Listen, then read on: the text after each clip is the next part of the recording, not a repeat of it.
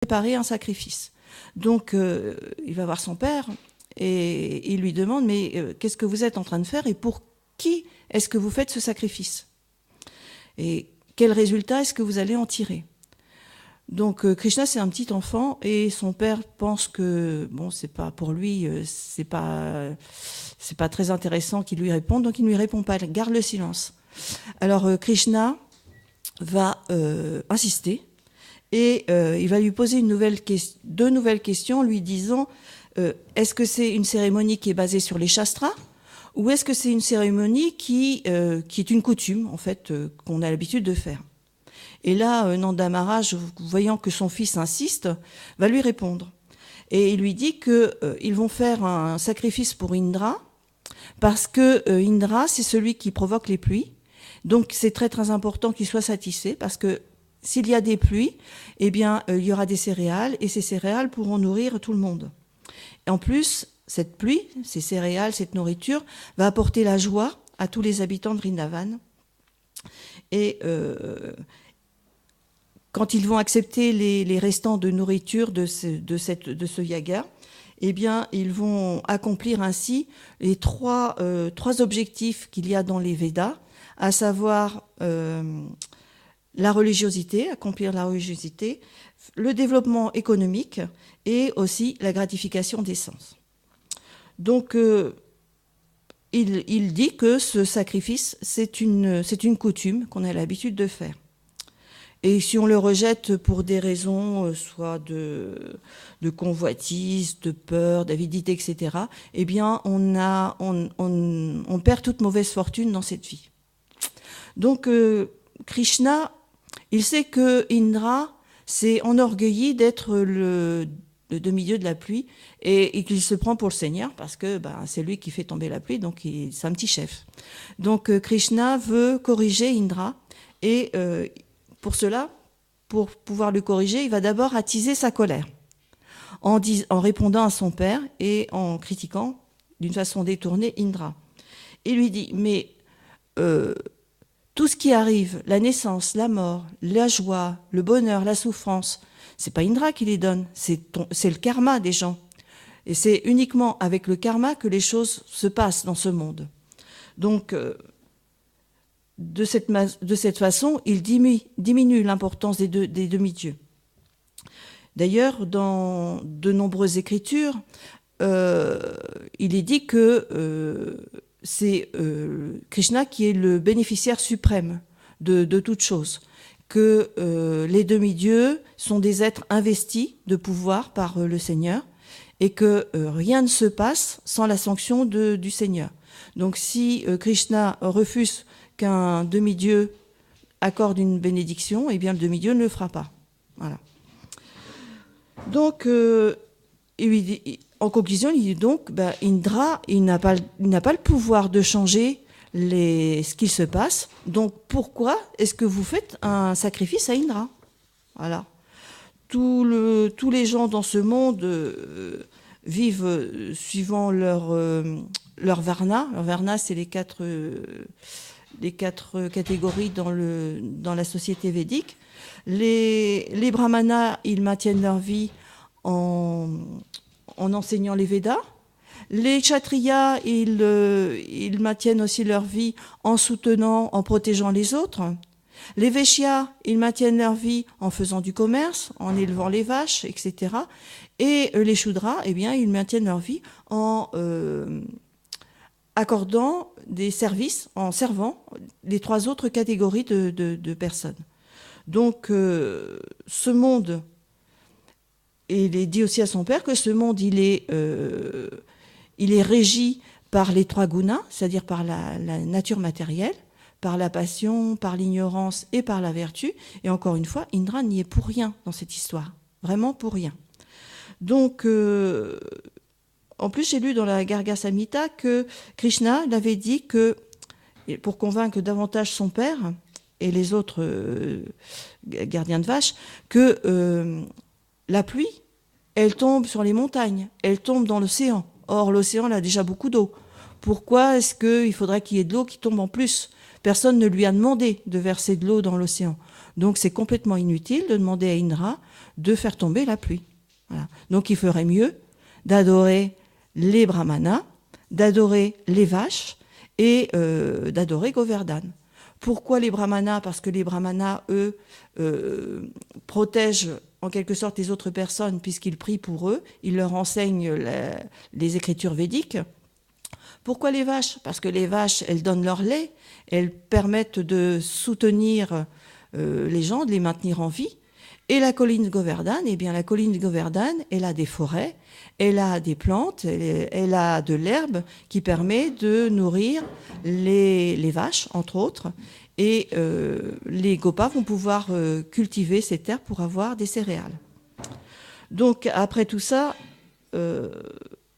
Nanda Maharaj et les gopas aînés se rendent compte que il a raison.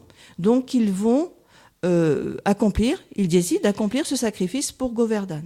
Alors Krishna leur donne donc quelques indications. Il leur dit que d'abord, tout ce qu'ils ont préparé pour Indra, au lieu de l'offrir à Indra, ils vont l'offrir à Govardhan. Donc il leur dit de préparer des tas de sweets avec du sweet rice, des tas de choses avec les légumes, des plats, des subjets, etc.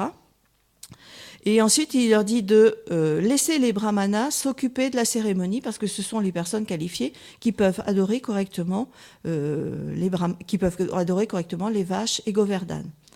Donc, il met tout en place.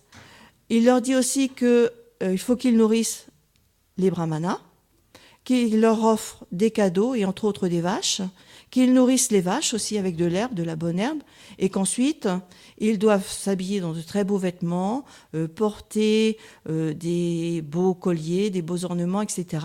et faire le parikram de Govardhan. Tout le monde ensemble. Donc, après avoir nourri toutes les personnes en question, Nanda Maharaj et tout le monde se préparent. Et ils vont partir, faire le parikram de Govardhan, les vaches en tête, en premier. Et il y a Nanda Maharaj qui est monté sur un superbe éléphant décoré, et tous les gopas suivent, les gopis, tout le monde suit, pour adorer ainsi cette colline Govardhan. Et à ce moment-là, il y a Govardhan qui va prendre une forme gigantesque, énorme, une forme magnifique. Et il dit « Je suis Govardhan, je suis Govardhan ». Et il prend toutes les offrandes et il les mange. C'est une forme gigantesque, donc il mange toutes les offrandes. Et à un moment, il n'y en a plus. Alors il crie « Agnor, Agnor, Agnor », c'est-à-dire « J'en veux plus, j'en veux plus ». Donc tout le monde s'affaire, tout le monde court chez soi, chercher d'autres préparations. Et il n'est toujours pas satisfait. Il dit toujours « Agnor, Agnor, Agnor ». Et tout le monde s'affaire, et ils ne savent plus quoi faire. Et à un moment, on lui amène une feuille de tulasi, une simple feuille de tulasi. Il lui donne la feuille et Govardhan est satisfait. Et il s'arrête de manger. Voilà, il est satisfait avec la feuille de tulasi. Donc, suite à ça, les habitants vont repartir chez eux dans l'extase d'avoir participé à cette merveilleuse adoration et d'avoir aussi vu Govardhan sous cette forme. Mais Indra, qui voulait son adoration, apprend que finalement ça a été détourné au profit de Govardhan. Donc il est vraiment très très furieux et il convoque ses assistants, et ses assistants ce sont les nuages, les fameux Samvartaka, et il leur dit que Krishna se considère comme le Seigneur, que tout le monde se considère comme le Seigneur, qu'ils ont abandonné son adoration et que les gopas sont des fous parce qu'ils ils ont accepté la vie de Krishna qui est un enfant, qui est arrogant, qui est stupide et je ne sais plus, il y a encore un terme, je ne sais plus lequel, mais fou aussi, insensé. Et que pour réduire leur fierté, il faut tuer tous leurs animaux. Voilà. Donc, les nuages sont pas très chauds. Ils n'ont pas du tout envie d'aller à Vrindavan parce qu'ils ont peur. Ils ont vu aussi la forme immense de Govardhan, ils ont peur. Mais Indra insiste. En plus, ils obéissent aux ordres d'Indra, normalement. Et Indra leur dit, mais n'ayez pas peur, je vais vous accompagner sur ma monture à Irvata. Donc, les nuages y vont, ils partent. Et là, tout d'un coup, sur Vrindavan, il y a des nuages énormes, noirs, il fait presque nuit, et il y a des torrents de pluie qui vont se déverser sur Vrindavan, sous forme de colonnes de pluie. Et j'ai même lu aussi sous forme de troncs de bananiers, comme des troncs de bananiers. Donc, rapidement, Vrindavan va être inondé. Tout le monde prend peur, les vaches ont peur, protègent leurs veaux, les gopas, les gopis, tout le monde tremble, tout le monde a froid. Il y a du tonnerre énorme, des éclairs dans tous les sens. Ils pensent que c'est le début de l'anéantissement, de la destruction. Donc, ils n'ont plus qu'une ressource, ils se tournent vers Krishna et ils vont voir Krishna et ils le supplient. Ils leur disent, sauve-nous Krishna, il n'y a que toi qui peux faire quelque chose pour nous, sauve-nous.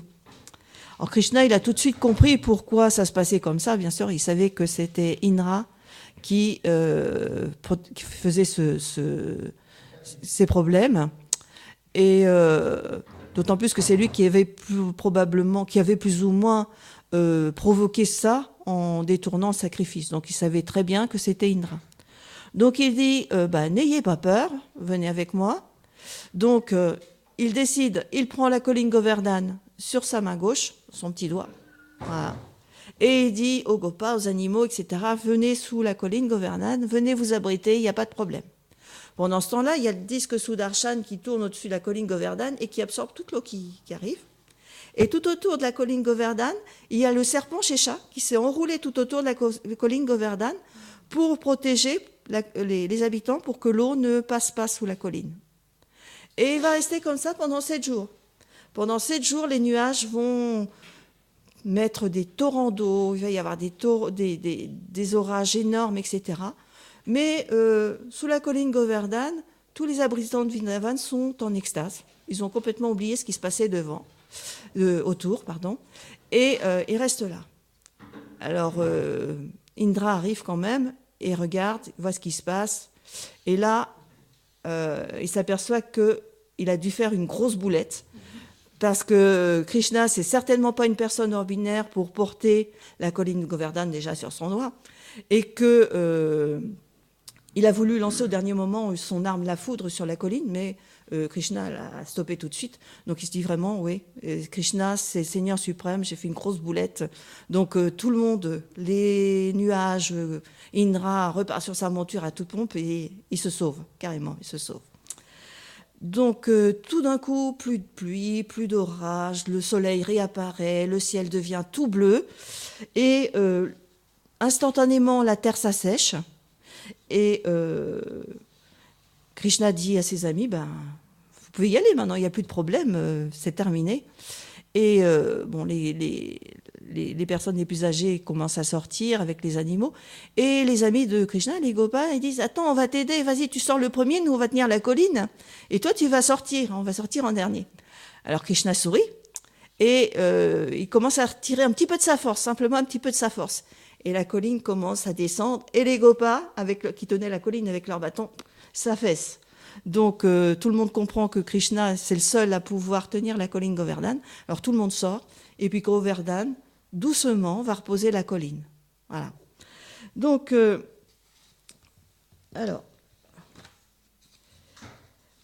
une fois que tout le monde est parti, retourné à Vrindavan, que Krishna a reposé la colline, il dit à ses amis, laissez-moi un petit moment, il faut que je me repose, je suis fatigué, j'ai quand même porté la colline pendant 7 jours, donc il faut que je me repose un petit peu.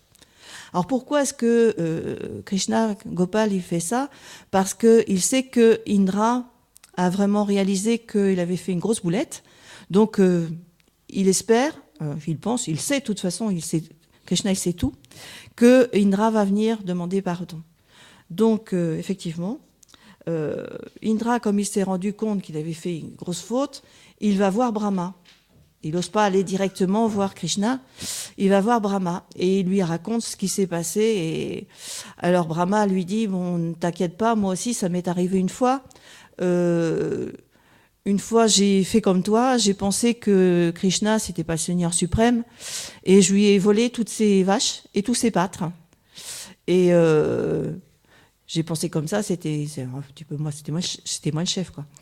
Et au bout d'un an, je suis revenue, et les gopas et les animaux, je les avais mis dans des grottes, et quand je suis revenue, ben Krishna, il était là avec ses gopas et avec ses vaches. Alors, j'ai rien compris. Mais vraiment rien compris. Je comprenais pas ce qui se passait. Et puis, tout d'un coup, Krishna est apparu sous sa forme de Narayan, avec ses 4 bras. Il est apparu avec des milliers de Brahmas, des milliers de Shiva, et je comprenais plus rien parce que je comprenais pas ce qui se passait. Et puis tout d'un coup, j'ai réalisé effectivement que c'était lui, le Seigneur. Tous les Brahmas, tous les Shivas sont entrés en lui. Donc il a compris que Krishna, c'était vraiment le Seigneur suprême. Donc il lui a dit, moi, quand j'ai vu ça, quand je me suis aperçu que c'était Seigneur suprême, je lui ai demandé pardon. Je lui ai demandé pardon. Et Krishna m'a pardonné. Donc Indra, il n'est toujours pas rassuré pour aller voir Krishna. Donc Brahma lui dit, par compassion, Brahma lui dit, je vais lui parler à Krishna. Et il y va avec la vache Surabhi. Donc il va adresser des prières à Krishna en lui disant pardonne-le. Et il était submergé par l'orgueil, il était recouvert par l'ignorance, donc il ne savait pas ce qu'il faisait. Donc Krishna sourit et Indra tout d'un coup apparaît. Et là, Indra, il est en pleurs, il fait dandavat, il demande pardon. Il lui dit, je suis tellement orgueilleux que même quand tu me réprimandes, je continue quand même à faire ce que j'ai fait. Pardonne-moi, s'il te plaît, pardonne-moi. Et Krishna va bien sûr lui pardonner. Donc, pourquoi ce divertissement? Et essentiellement à ce moment où Indra se rend compte que... il est très orgueilleux, c'est pour nous ramener à notre propre problème. C'est que nous aussi, on a ce genre de problème. En tout cas, je parle pour moi. C'est qu'on est très, très orgueilleux, c'est qu'on est très fier de nous et qu'on a toujours l'habitude de compter sur notre petite personne. C'est nous qui supportons, c'est nous qui décidons, c'est nous qui faisons. Et rarement, on prend refuge au pied du Seigneur. Et particulièrement, c'est avec le maître spirituel aussi, c'est que on n'a pas toujours la bonne attitude avec le maître spirituel, à savoir que quand le maître spirituel nous réprimande, eh bien, on n'est pas toujours très content, voire même pas content du tout, et on n'a pas forcément la bonne attitude de baisser la tête, de sourire et dire oui Gurudev, j'accepte, je te promets, je ferai autrement, etc. Donc ce divertissement, c'est pour nous montrer qu'il ne faut pas faire comme Indra, il faut tout de suite baisser la tête et accepter la réprimande. Sinon, Krishna, il va nous faire sentir dans notre cœur qu'on a fait des choses qui ne sont pas bonnes. Et quand on est un jeune dévot, ça arrive très très souvent, qu'on se rend compte qu'on a fait des boulettes avec le maître spirituel et qu'il faut rattraper. Heureusement, par miséricorde, le maître spirituel est toujours très compassionné et dès qu'on va lui demander pardon, tout de suite, il nous pardonne. Il nous dit, ne recommence pas. Ça dure pendant un petit peu de temps et puis bien souvent, on oublie. Au début, c'est très très rapide, très très souvent. Ce divertissement ici, il prouve que, je l'ai déjà dit, mais je répète, il prouve que les demi-dieux ne sont pas Seigneur suprême, que les demi-dieux, ils tiennent leur pouvoir de Krishna, et que seul Krishna peut accorder ce qu'on désire. En fait, si on adore Krishna, eh bien, c'est comme si on adorait les autres demi-dieux, parce que les demi-dieux sont des parties du corps de Krishna. Donc, si on adore Krishna, si Krishna est content, obligatoirement, les demi-dieux seront contents. Donc, si on a envie d'avoir de la pluie, si Krishna il est content, on aura de la pluie, etc., etc. Donc, c'est, je ne vais pas dire inutile d'adorer les demi-dieux, parce qu'on peut adorer les demi-dieux si c'est dans le but de faire plaisir à Krishna. Voilà. Donc, il il y a une autre histoire aussi qui illustre aussi cet orgueil des demi-dieux. Vous avez déjà dû en entendre parler de cette histoire, c'est l'histoire de Shiva. Shiva aussi, lui aussi, il était très imbu de sa personne, très orgueilleux, très fier. Et un jour, Krishna, il a voulu lui donner une leçon. Donc, il est apparu dans une forme d'une belle femme, Mohini Murti. Elle est apparue devant Shiva, qui était avec sa femme Durga, avec sa compagne Durga. Et quand Shiva a aperçu cette belle femme qui était en train de jouer avec une balle, qui était superbement décorée, qui était belle, Shiva n'a plus Dieu que pour elle. Il a abandonné Durga et il voulait toucher Mohini Murti. Donc, voyant ça, Mohini Murti a commencé à aller à droite et à gauche. Et Shiva a continué à le suivre partout. Donc, ils sont passés dans tous les lieux saints. Et Shiva courait toujours après Mohini Murti.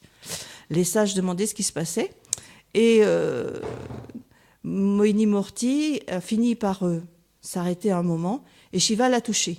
Et c'est à ce moment-là que Shiva a perdu sa semence. Et sa semence s'est transformée en or. Voilà l'origine de l'or dans les textes védiques. Voilà. Donc, sur ce divertissement de Govardhan, je ne peux pas dire beaucoup de choses supplémentaires, à savoir que, encore une fois, c'est pour nous servir d'exemple. D'ailleurs, tout ce qu'on peut lire dans le Bhagavatam, dans la Bhagavad Gita, tous les divertissements, et particulièrement dans le 10e chant, tous les divertissements de Krishna ont un rapport avec un défaut qu'on a dans notre cœur. C'est pour nous permettre de corriger ces défauts. Et quand on se rappelle une histoire, un divertissement de Krishna, ça nous renvoie à nos propres défauts et ça nous permet de les corriger. Voilà. Donc aujourd'hui, c'est un jour sacré, même si ce n'est pas le jour même de Govardhan, de Puja Govardhan, c'était jeudi, mais pour que tout le monde puisse participer, on a fait aussi aujourd'hui. Eh bien, on prie Govardhan, on prie le Seigneur de nous accorder sa miséricorde pour que, comme Indra, on se rende compte qu'on fait beaucoup d'erreurs et qu'on puisse corriger nos mauvais penchants et que le Seigneur nous accorde sa compassion et nous permette un jour devenir des âmes libérées pour retourner pour aller au monde spirituel. Voilà, Jai Govardhan. Bien, maintenant, aujourd'hui aussi, c'était l'anniversaire de la disparition de Srila Bhaktivedanta Charanaravinda, c'est dur à dire, Swami Prabhupada. Donc, c'est un grand personnage, Acharya de ISKCON, mais c'est pas parce qu'il est d'ISKCON que nous, on fait qu'on a des préjugés. C'est quelqu'un qui est à l'origine du Vaishnavisme dans toute l'Europe. Donc, on l'honore comme tout autre Acharya. Donc, je vais vous parler un petit peu de la vie de Bhaktivedanta. Il est né en 1896. Non, c'est pas ça, je dis des bêtises. Oui, c'est ça. Il est né en 1896 à Calcutta, un jour après Janmashtami. Et son père s'appelait Gaur Mohandi, il était un marchand de vêtements, et sa mère, c'était Rajani Dasi. Et son père, c'était un pur Vaishnav, et il voulait que ses enfants deviennent de purs Vaishnav. Et il voulait qu'ils vivent dans la conscience de Krishna. Donc il invitait souvent des sadhus à venir chez lui pour donner des classes. Et Bhaktivedanta, Swami Prabhupada, a donc, dès sa plus tendre enfance, entendu parler Krishna. Et quand les sadhus venaient à la maison, le père de Bhaktivedanta Swami Prabhupada leur demandait d'accorder la miséricorde à son fils pour qu'ils aient la miséricorde de Krishna et de Srimati Radharani. À chaque fois qu'il y avait un sadhu. C'est beau, hein. Et à un certain âge, je ne sais pas exactement lequel, il voulait faire le festival de Jagannath. Donc, il était encore enfant. Son père l'a aidé à construire un chariot de Jagannath. Et ils ont fait le festival de Jagannath. Voilà. C'était une petite anecdote. Après, il est allé au collège. Et puis, son père a arrangé son mariage avec Radharani Datta. Radharani Datta, voilà. Il était déjà un petit peu plus âgé et à cette époque-là, c'était le plein moment où Gandhi militait pour l'indépendance de l'Inde. C'était un mouvement de non-violence, hein, on dit un mouvement désobéissance, ils disent désobéissance civile, à savoir qu'il refusait de faire tout ce que les Anglais voulaient comme les Anglais voulaient que ça soit fait. Donc, Srila Bhaktivedanta Swami Maharaj s'est un peu impliqué dans ce genre de choses. Puis, c'est en 1922, il a un de ses amis qui lui a dit « Mais tu devrais venir voir, il y a un sadhu qui est là en ce moment, qui est là, et tu devrais venir le voir. C'est un maître spirituel, il s'appelle Bhaktisiddhanta Sarasvati Thakur. C'est quelqu'un qui est très, très élevé, viens le voir. » Mais Bhaktivedanta, lui, ne voulait pas parce qu'il avait eu affaire à des sadhus qui n'étaient pas très, très qualifiés et il ne voulait pas répéter l'expérience. Mais bon, son ami a fini par le convaincre et ils sont donc allés rendre visite à Bhaktisiddhanta qui était en train de faire une conférence. Et au moment où ils sont arrivés, Bhaktisiddhanta les a regardés, les a repérés tout de suite et il leur a dit « Vous êtes des jeunes gens éduqués. Pourquoi est-ce que vous n'allez pas prêcher le message de Sri Krishna et de Sri Chaitanya Mahaprabhu dans tout le monde ?» Alors là, ils étaient très étonnés parce que Bhaktisiddhanta ne les connaissait pas, mais il avait vu tout de suite que c'était des personnes qualifiées. Donc, Bhaktivedanta lui dit « Mais moi, je n'ai pas la qualification. En plus, je ne connais pas les Écritures, donc... comment est-ce que je peux faire ?» Et il lui dit aussi, de toute façon, on est dans un pays qui est occupé. Comment est-ce qu'on peut répandre la conscience de Krishna alors qu'on ne peut pas faire ce qu'on veut? Donc Bhaktisiddhanta lui dit, mais on n'a pas besoin de s'occuper des choses politiques. Vous prêchez la conscience de Krishna et c'est tout. Vous vous occupez pas des autres. Et donc Bhaktivedanta, il va donc retourner des tas de fois voir les conférences de Bhaktisiddhanta parce que il a été touché par le message de Bhaktisiddhanta, donc il va retourner des tas de fois le voir. Et en 1932, il va recevoir son initiation. Alors à l'époque, il s'appelait Abhay, et quand il va être initié, il va s'appeler Abhay Charan. Abhay Charan. Uniquement Abhay Charan. Et là, il va donc rester dans la compagnie de son maître spirituel pendant quelques années.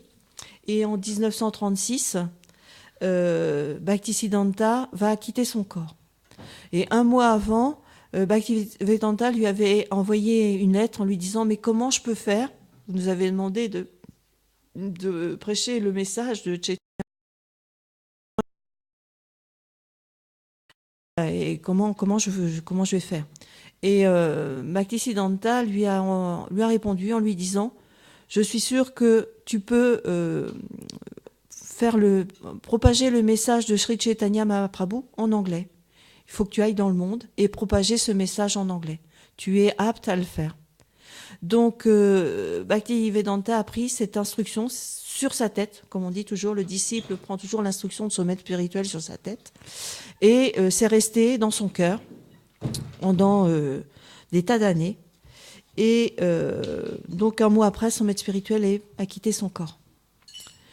Donc, c'était toujours resté dans sa tête, mais il ne savait pas du tout comment il allait s'y prendre pour partir voyager dans le monde. Il était pauvre, il n'avait pas d'argent. Il éditait un magazine qui s'appelait Back to God Dead, mais parfois il n'avait pas assez d'argent pour l'éditer. Il était obligé d'aller mendier dans les rues pour éditer ce magazine. Et puis, donc il va décider de partir à New Delhi, parce que là où il est, c'est pas assez grand, et comme il n'a pas d'argent, il pense qu'à New Delhi, il va peut-être pouvoir toucher plus de personnes. Et puis, une nuit, il y a Bhaktisiddhanta qui lui apparaît en rêve. Et Bhaktisiddhanta lui dit que... alors attendez, qu'est-ce qu'il lui dit? Je ne me rappelle plus. Qu'il doit devenir sannyas, qu'il faut qu'il prenne sannyas. Donc, et ça lui arrive plusieurs nuits de suite. Bhaktisiddhanta lui apparaît, lui dit tu dois prendre sannyas. Donc il va prendre sannyas et il va devenir Abhay Charanaravinda Bhaktivedanta Swami Maharaj. Voilà. Mais c'est pas pour autant qu'il est sannyas qu'il va être plus riche et qu'il va pouvoir éditer de plus en plus de livres ou de magazines. Donc il va rencontrer une personne, je ne sais plus son nom.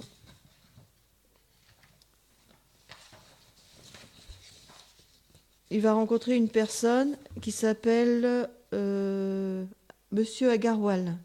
C'est un businessman. Et ce Monsieur Agarwal va essayer de l'aider, hein, entre autres en lui donnant un peu d'argent pour qu'il puisse éditer ses livres. Donc il a déjà commencé à écrire la Bhagavad Gita, a commencé le Srimad Bhagavatam aussi.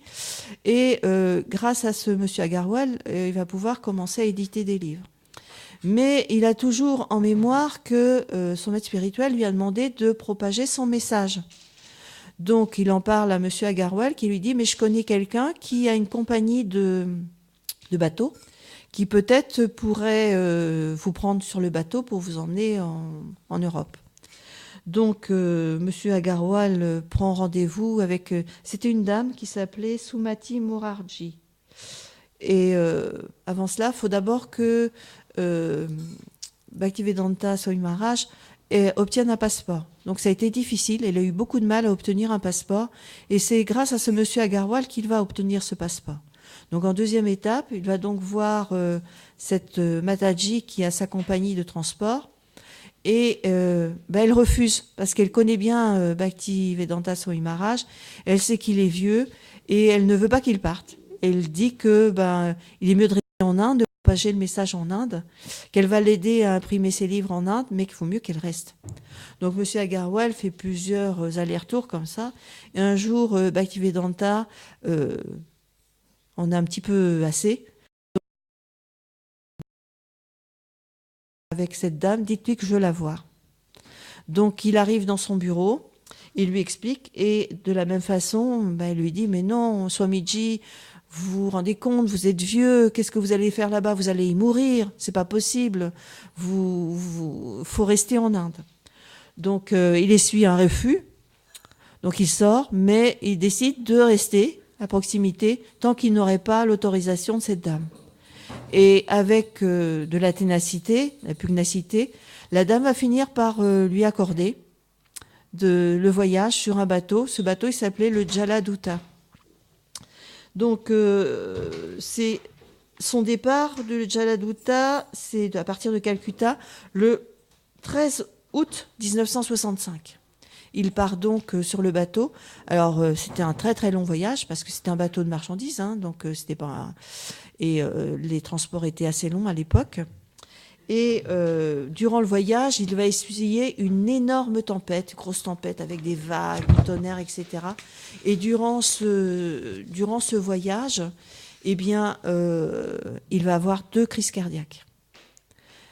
Il pense il craint surtout qu'il ne va pas pouvoir remplir l'instruction de son maître spirituel qui était de propager le message le Seigneur de venir l'aider. Et dans un rêve, Sri Chaitanya Mahaprabhu va lui apparaître et va lui dire ne crains rien, ne crains rien. Et la tempête va se calmer et il va terminer son voyage à Boston, oui, tranquillement. Et ça, c'est 32 jours après. Donc il a voyagé pendant un peu plus d'un mois. Donc il est arrivé pratiquement les mains dans les poches, il avait juste un petit cabas, il avait 7 roupies en poche, Et puis, il avait aussi les copies de Chaitanya Charitamrita. Et une machine à écrire aussi, je crois. Hein. Hein. Ben, j'ai marqué. Ouais, j'ai marqué. Moi, j'ai sur mes textes là que j'ai d'ISKCON, c'est marqué copie du. Ouais, je sais pas. Ouais, peut-être, ouais, je sais pas. Moi, j'ai juste. Ouais. Ben non, ouais, ouais. Ouais, tu as raison, ouais. Donc c'était l'original, ouais. Ouais, ouais. Bon, ok, ok, ok. Comment? Oui. Donc Yagesh dit que ce n'était pas une copie, mais que c'était l'original, qu'il n'y avait pas de copie à l'époque. Les 3 premiers volumes du Srimad Bhagavatam.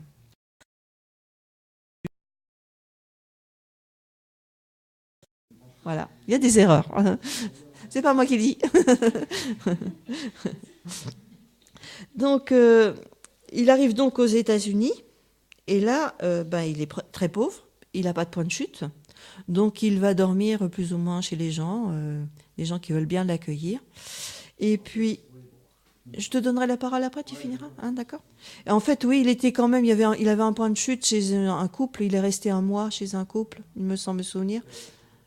Oui, oui. Mm. Et après, après, il a décidé de partir parce que bah, il voulait propager le message de Sri Chaitanya. Il est parti à New York. Et là, à New York, il a touché une partie de la population qui n'était pas forcément apte à comprendre la conscience de Krishna. À l'époque, c'était les hippies.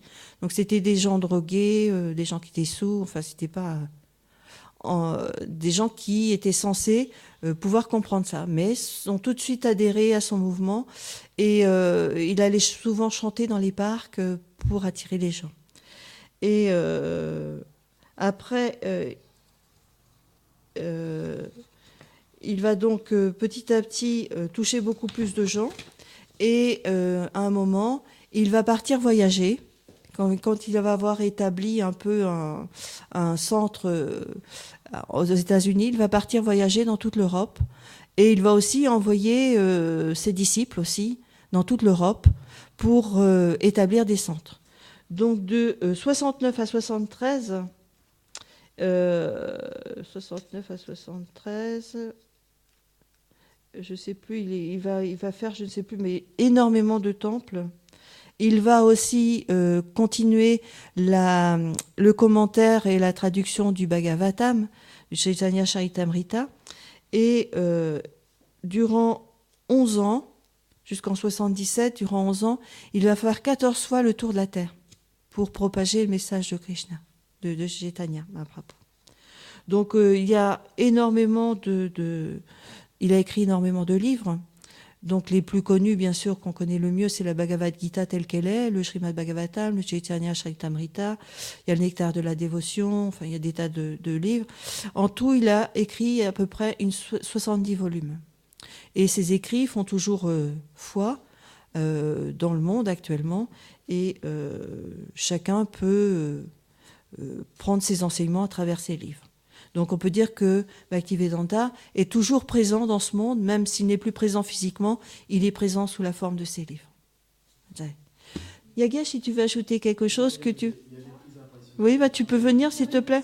Ouais. Oui. Non. Je ne connais pas particulièrement en détail la vie de Bhaktivedanta Swami Maharaj. J'ai vu la presse. Il y a des petites choses qui sont imprécises et il y a des choses qui ont été complètement occultées. D'accord. Je ne sais pas où je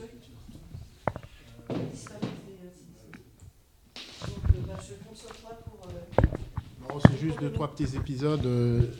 Il y a un épisode, disons que Prabhupada, après, alors si je reprends au moment où après qu'il ait rencontré Bhaktisiddhanta, donc il a créé un mouvement qui s'appelait la Ligue des dévots en Inde à Jhansi. Et il a essayé donc déjà de prêcher la conscience de Krishna en Inde. Mais bon, ça n'a pas vraiment marché. C'est vrai, il a fait un disciple seulement. deux, trois personnes, mais je veux dire, ça n'a pas vraiment fonctionné. Donc il a un petit peu laissé tomber à ce moment-là. Et il est allé à Vrindavan pour se préparer. Pendant une dizaine d'années, il s'est préparé à Vrindavan, alors qu'il avait pris sannyas. Et donc il habitait au temple de Radha Damodar, ce qui n'a pas été mentionné du tout à ce moment-là. Et donc c'est en se préparant, en écrivant donc des textes et comment il se préparait à toutes les questions qu'on pouvait lui poser, comment il répondait, etc. Et il avait commencé donc à traduire le Srimad Bhagavatam jusque, disons, qu'il a imprimé en Inde, à force disons, de demander un petit peu de sous quand il allait à Delhi, effectivement, et qu'il vendait son Back to Godhead. Donc, il a commencé à imprimer des livres. Il est parti avec une caisse entière de livres, et puis quelques dollars, enfin quelques roupies, ça représentait quelques dollars, en fait. Et quand il est arrivé à Boston, il avait une adresse, il avait quelqu'un qui l'avait sponsorisé, donc pour avoir son visa, tout ça. Et donc, cette famille Agarwal, qui s'appelait Agarwal, qui était à Butler, en Pennsylvanie, quand il est arrivé à Boston, il avait juste de quoi prendre le bus. Un mois environ chez eux. Et il a commencé à voir si dans le coin, il n'y avait pas moyen de faire des petites conférences. Et il s'est aperçu que bon, il y avait des gens qui venaient, mais tous d'un certain âge, des vieilles dames, des gens, disons, déjà à la retraite, etc. Et ils venaient écouter volontiers tout ce que Prabhupada prêchait à ce moment-là. Mais bon, ça n'avait pas un effet, disons que les gens ne devenaient pas des dévots, etc. Quoi. Ils venaient écouter la conférence, ils rentraient chez eux, puis il ne se passait pas grand-chose. Donc Prabhupada s'est dit, non, il faut que je trouve autre chose. Et donc là, il est parti à New York ensuite. Hein. Et là, ça a été un peu difficile parce qu'il n'y avait personne à New York, il n'avait pas de point de chute, on va dire. Et donc il a été dans le quartier le plus malfamé de New York, où il a réussi à trouver un petit logement, mais pour presque rien. C'était dans ça s'appelle The Bowery à New York. C'est un quartier complètement plein de drogués sur les trottoirs, etc. Donc il avait réussi à louer un petit bureau là où il avait continué ses traductions et il a commencé, disons, à parler avec les gens dans la rue, etc., des jeunes désœuvrés qui étaient là. Et puis petit à petit, il a réussi à en engager quelques-uns à l'aider, quoi. Donc il lui faisait son ménage, il faisait apporter à manger, il allait faire des courses.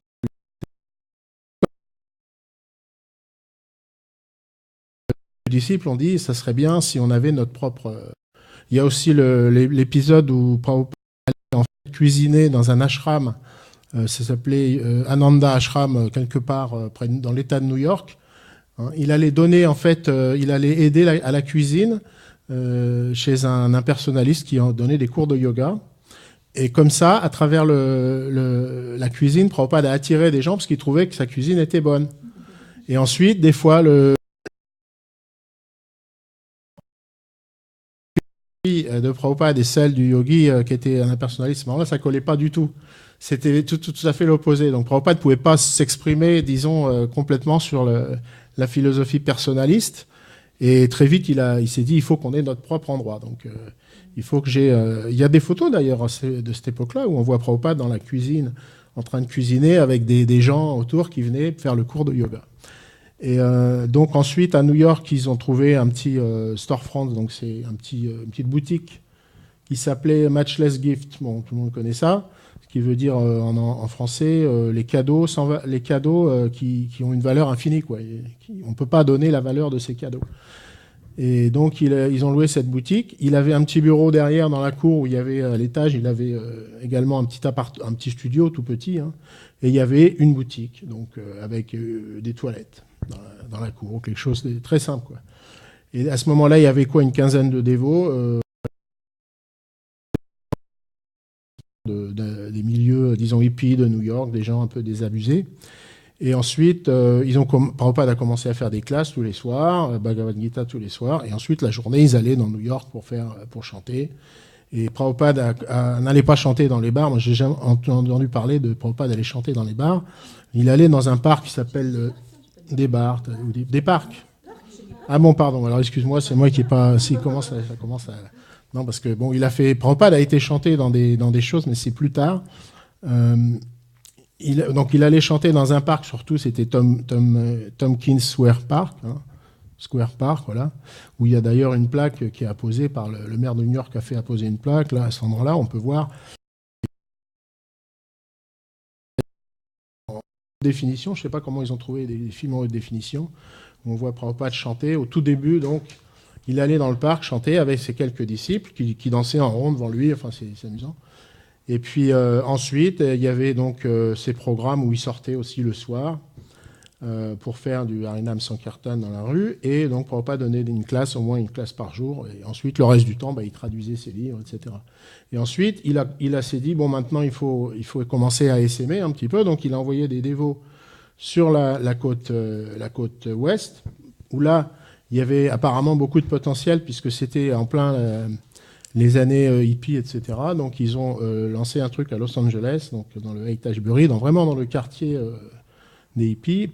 Et ensuite, petit à petit, il a ouvert des temples aux États-Unis. Et ensuite, je crois que c'est en 69 ou 70, il a envoyé des gens en commençant par l'Angleterre pour commencer à s'implanter en Europe. Et ensuite, dès 69, il y avait des dévots en Allemagne, puisque moi, c'est là où j'ai rencontré les premiers dévots. Mais ça m'a fait penser à une autre chose, c'est que, par exemple, les dévots à l'époque n'hésitaient pas des fois à dire, bon, à trouver pour faire venir Prabhupada devant les gens, etc. Ils avaient une fois pris la première partie d'un concert du Grateful Dead, qui était un groupe de hippies à l'époque, enfin, un groupe vraiment très connu, même aujourd'hui. Hein. Et donc, Prabhupada faisait la première partie avec les dévots. Et il s'est retrouvé un jour donc, dans une salle avec tous les gens qui fumaient de la marijuana là-dedans. Il y avait un brouillard pas possible. Il y avait des gens très excités. Enfin, je veux dire, c'était l'époque vraiment hippie qui battait son plein. Et en première partie de Grateful Dead, Prabhupada a fait Harinam, etc. Et les dévots, les gens se sont mis à chanter. Ils étaient déchaînés à la fin. Puis Prabhupada, il a dit bon, c'est pas quand même détail ensuite sur les premiers Ratha Yatra aussi, où il y a eu des épisodes assez épiques avec un groupe qui s'appelait les Black Panthers, par exemple, qui étaient des Noirs qui avaient créé un mouvement d'extrême gauche, qui voulaient... et ils avaient juré de tuer les dévots, carrément, de s'en prendre au Ratha Yatra. Donc il y a eu des mouvements assez difficiles, quoi, des frictions entre notamment les Black Panthers et les dévots. Et puis ensuite, Prabhupada, par le Prashadam, il a réussi à calmer tout ça. Mais j'ai vu un film notamment comme un plan d'eau qui était vide. Et les dévots, pour préparer le Prashadam, ils avaient rempli le plan d'eau avec des assiettes toutes prêtes. Enfin, c'était tellement énorme, quoi. Il fallait distribuer le Prashadam très vite. À l'époque, ils n'avaient pas encore l'habitude, on va dire, avec les pots, avec tout ça. Et puis, il n'y avait pas autant de facilité qu'aujourd'hui. Mais ils avaient dit, il faut qu'on prépare les assiettes à l'avance, mais on ne sait pas où les mettre, parce qu'il y en a tellement. Donc, ils avaient trouvé ce plan d'eau, ils avaient vidé le plan d'eau, nettoyé, ils avaient rempli le plan d'eau avec des assiettes de Prashadam. J'ai vu des choses comme ça dans des films assez étonnants, quoi. On n'imagine pas aujourd'hui faire ce genre de choses à cette échelle, quoi. Voilà. Bon, si vous avez des petites... Ce que je voulais, c'était... parce que cette petite présentation, dans ISKCON, peut-être, il y a beaucoup... C'est incomplet, forcément, mais... ça mérite d'exister quand même. Mais sinon, si vous êtes intéressé, il y a des livres qui font quand même autorité. C'est la biographie de Satsvaram Goswami. Même si aujourd'hui elle a été mise de côté, mise au banc par ISKCON pour d'autres raisons, c'est, je pense, parce que ça a été repris de ses carnets, il a écrit lui-même, avec toutes les notes qu'il avait prises, toute une période où tout ça s'est détaillé jour par jour et semaine par semaine. Bon, voilà. Ouais, bien sûr. Juste un petit mot. En fait, on a eu la chance avec Harini et puis... avec quelques dévots et donc sous la guidance de Gurudev, on a eu la chance d'aller à New York sur les traces justement de Srila Bhaktivedanta. Et je n'ai pas assez de connaissances pour parler de ces choses-là. C'était pas quelqu'un d'ordinaire sur le plan spirituel. c'est vraiment une âme libérée, c'est pas quelqu'un d'ordinaire chez la Bhaktivedanta.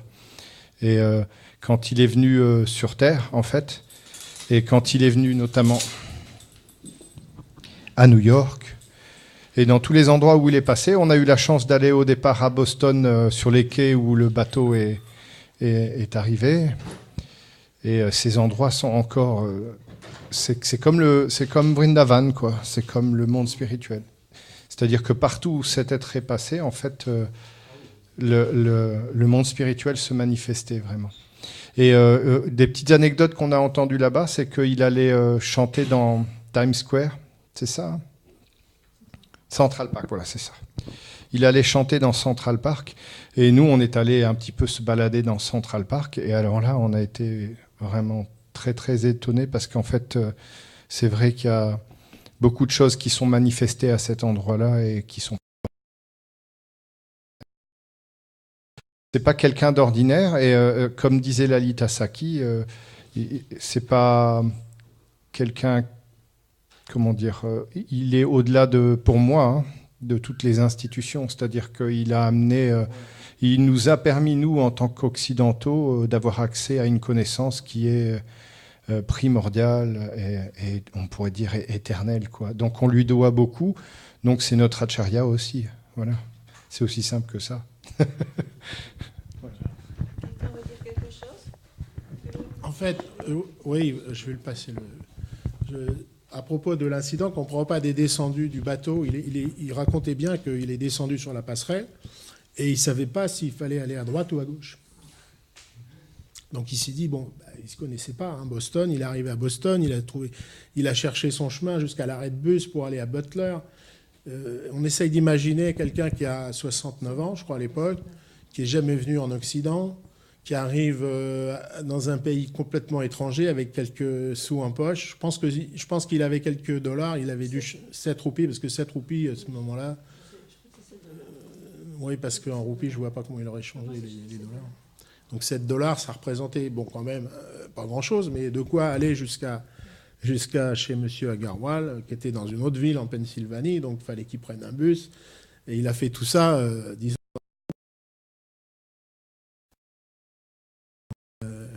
Ça lui a certainement fait des souvenirs assez importants, assez incroyables. Et aussi, petite anecdote, quand il était chez ces gens-là qui n'étaient pas végétariens, il faut comprendre.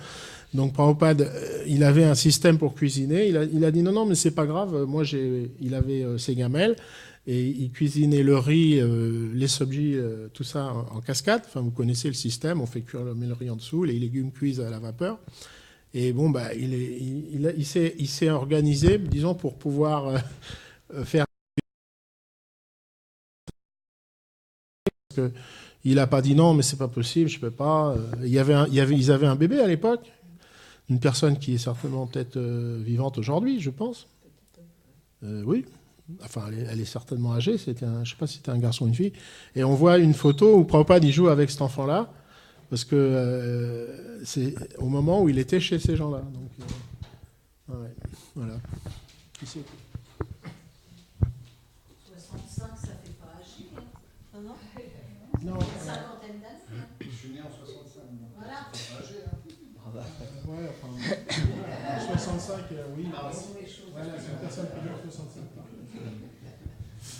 Namo Vishnu Padaya Krishna.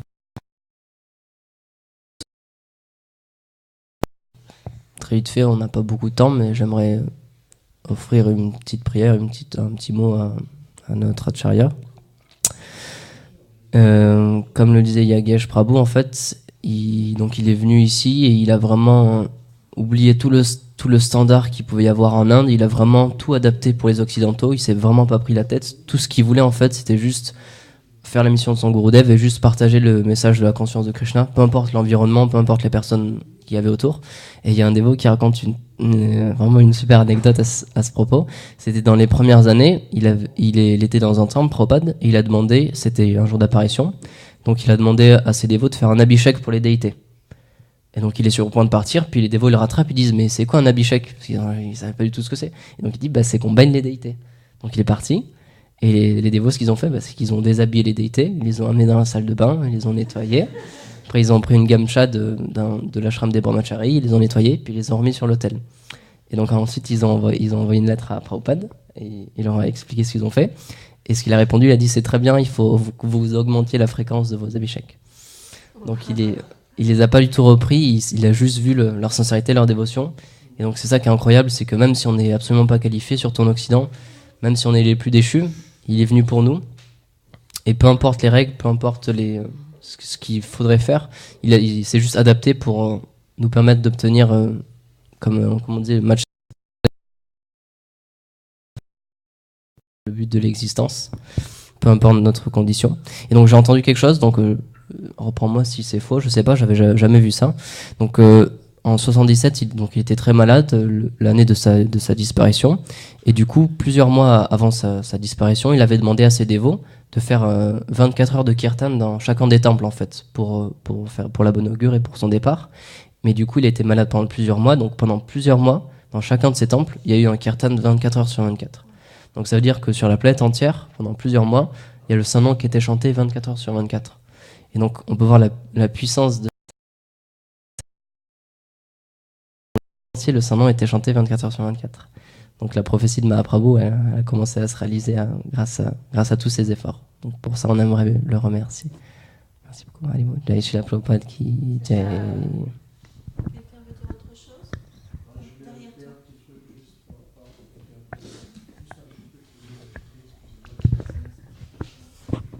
toi. C'est le fait que le jour où Prabhupada a quitté son corps, donc, puisque c'est comme ça qu'on dit, hein, et chaque dévot, chaque disciple de Prabhupada se rappelle de ce qu'il faisait à ce moment-là. C'est un truc assez particulier. Moi, j'ai posé la question à plein de dévots de Prabhupada que j'ai connus. Tout le monde se rappelle parfaitement qu'est-ce qu'il faisait à ce moment-là. Parce que c'est quelque chose vraiment, à l'époque, dans le contexte où on était à ce moment-là, on était complètement dépendant de lui, de tout ce qu'il allait dire le jour même, ou ce qu'il avait dit la veille, ou on attendait les cassettes qui arrivent. À l'époque, c'était les cassettes audio, donc ça arrivait toutes les semaines de Los Angeles. On savait ce que Prabhupada avait dit la semaine précédente. Donc, bon, moi, ce qui me concerne, j'étais donc à Mayapur à ce moment-là. Bien que Prabhupada avait demandé à tous ses disciples de venir à Vrindavan, moi, j'ai pas eu la possibilité de le faire pour des raisons, disons, légales, puisque j'étais coincé là-bas et interdit j'avais pas le droit de quitter Navadvip à ce moment-là. Alors, je vais pas revenir là-dessus, puisque c'est ma vie. Hein, c'est un truc assez compliqué. Mais donc, on était obligé de rester à Mayapur, en ce qui me concerne.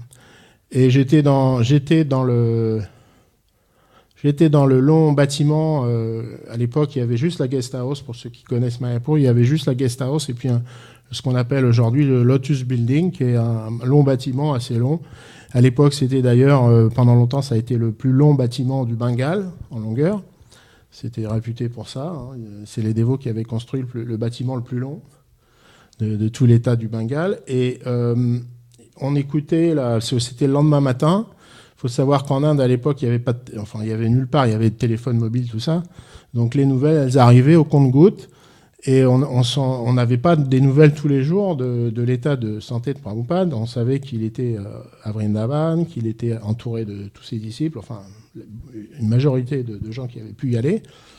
Et donc c'était le lendemain matin vers 8h. Je me souviens qu'on mettait une cassette tous les matins de Chennai. C'est une cassette qu'on peut trouver encore sur Internet. C'est une cassette vous savez, le Chennai, vous connaissez ? C'est comme une clarinette. C'est un son vraiment pour la méditation, c'est parfait. Vous écoutez ça, vous êtes dans une ambiance. Vous voulez écouter ce que c'est, mais c'est vraiment, moi je l'écoute de temps en temps, parce que ça me remet tout de suite dans le bain, parce que tous les matins, pendant que les gens chantaient déjà pas, on mettait ça. Ça démarrait aussitôt après le programme du matin, il y avait ces haut-parleurs, et hop, tout Mayapur, on entendait du Chennai. Et c'était pendant qu'on entendait du Chennai, et puis moi j'étais dans une chambre, en train de chanter ou faire autre chose, et puis il y a un dévot qui avait couru tout le bâtiment, et dès qu'il voyait une porte ouverte, dès qu'il voyait une porte, il poussait la porte. J'ai entendu des portes claquer comme ça, et il poussait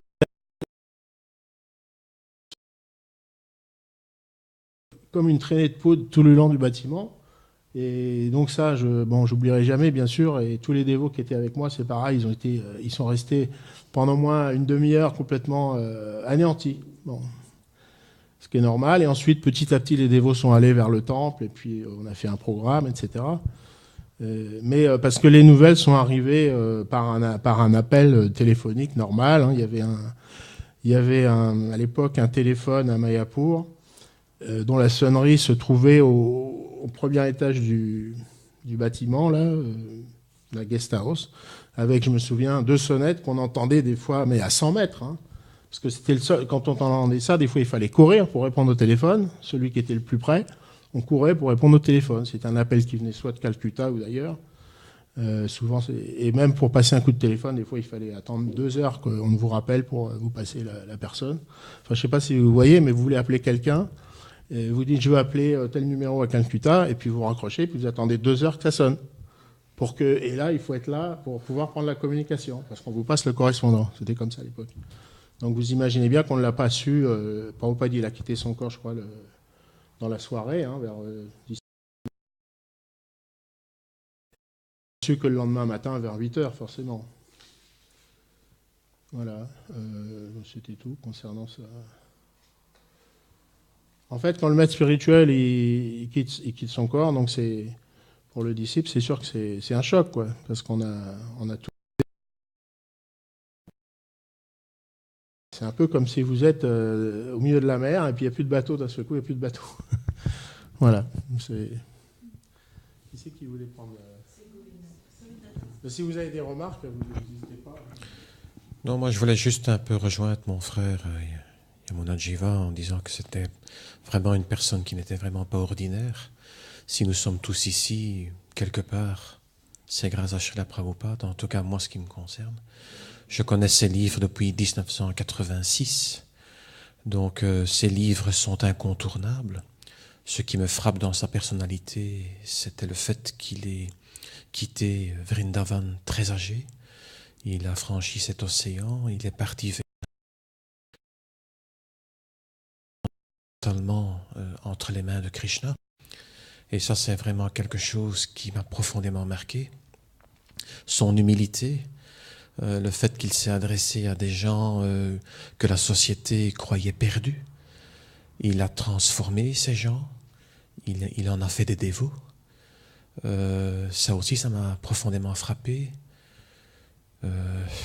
Et alors aussi, ils l'ont filmé, et peut-être j'ai trouvé ça dans un premier temps un peu impudique, mais je crois que c'est nécessaire dans un autre sens. Ils l'ont filmé au moment de son départ, et même sur son lit de mort, si je puis m'exprimer ainsi, en prenant un terme occidental.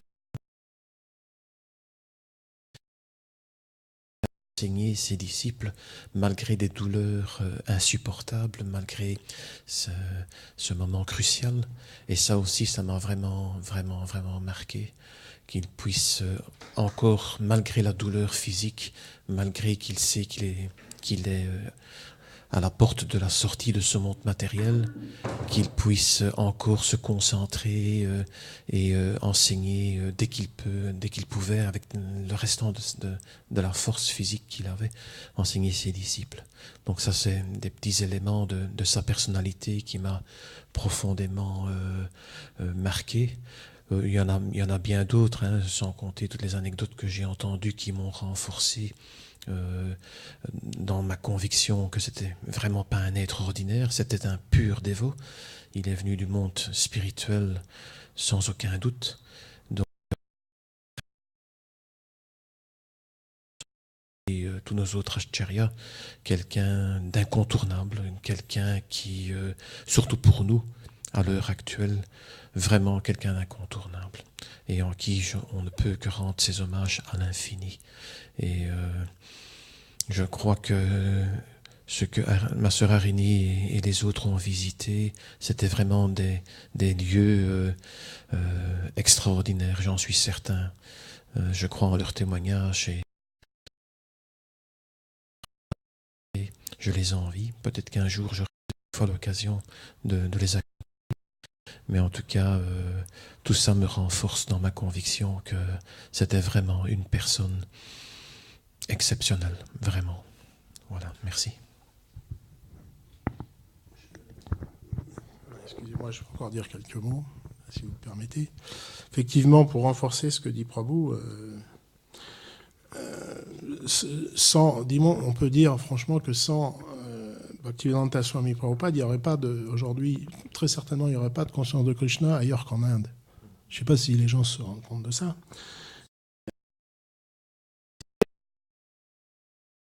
Faire d'offense ou dénigrer qui que ce soit dans cette ligne spirituelle. Personnellement, moi, j'ai rencontré une personne qui avait... Personnellement, j'ai rencontré Bhaktivedanta Ibn Maharaj, qui a été au Japon à l'époque, comme premier envoyé de Bhaktisiddhanta Saraswati pour démarrer quelque chose.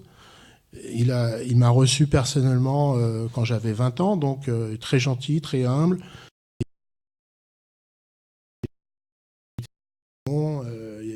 Ensuite, quand il est revenu, il a été reçu comme un héros. Il y a des photos où on voit Bhaktivedanta Ibn Maharaj avec Bhaktivedanta Swami assis à côté de lui d'ailleurs. Et ils ont honoré Bhaktivedanta Ibn Maharaj pour l'effort qu'il avait fait d'aller au Japon. Je crois même qu'il a été en Angleterre. Il a dû faire un disciple aussi, je crois Sukhananda, un premier disciple. Mais bon, il n'a pas réussi à établir une base ou à commencer quoi que ce soit, disons, ailleurs. Et Prabhupada avait l'idée, donc Bhaktisiddhanta a vu que Prabhupada parlait très bien l'anglais, donc il s'est dit voulait venir en Amérique en premier, parce qu'il savait qu'à l'époque tout le monde suivait l'Amérique. Donc il s'est dit, si ça démarre en Amérique, ça va se répandre dans le monde entier, comme le reste, comme la mode, comme les jeans, vous voyez. Donc Prabhupada il s'est dit, non, il faut aller en Amérique. C'est pas au Japon, c'est pas en Angleterre, c'est en Amérique directement. J'ai rencontré aussi d'autres disciples de Bhaktisiddhanta Saraswati, personnellement, qui sont des grands acharyas, mais qui n'ont pas, disons, pris cette mission. Ils ont prêché en Inde, ils ont ouvert des tas de temples en Inde, comme Bhaktivedanta Ibn Maharaj, aussi Bhakti Sridhar Swami, Bhakti Pramod Puri Maharaj aussi également. Mais c'est Prabhupada qui a, disons, amené ça dans le monde entier. C'est aujourd'hui, c'est grâce. Et maintenant, la chose est...